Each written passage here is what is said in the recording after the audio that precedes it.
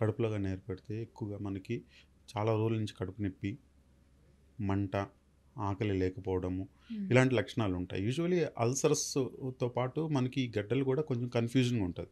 చాలామందికి ఒక అపోహ ఏంటంటే హ్మ్, ఇది గ్యాస్ట్రైటిస్ వల్లనే అయింటది. అంటే కొంతమందికి ఓన్లీ అల్సర్ అయి ఉంటదేమో అని హ్మ్. చెప్పి చాలా వరకు నెగ్లెక్ట్ చేస్తూ ఉంటారు. అవును. కానీ అన్ని అల్సర్స్ మనకి ఖచ్చితంగా క్యాన్సర్ అవ్వాలని ఉండదు కాదు గానీ, మనం అది క్యాన్సరా కాదా అనేది రూల్ ఔట్ చేసుకోవాలి. అంటే అది కాదు అని చెప్పి మనం కొన్ని టెస్టులు చేయించుకోవాలి. హ్మ్.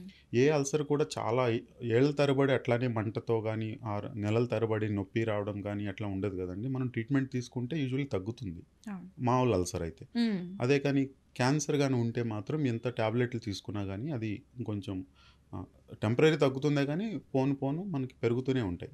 నొప్పి గానీ, మళ్ళీ మంటలు రావడం కానీ, ఆకలి లేకపోవడం గానీ, వెయిట్ లాస్ అయిపోవడం గానీ, ఇవన్నీ కడుపుకి సంబంధించిన లక్షణాలు. కడుపు క్యాన్సర్‌కి సంబంధించింది.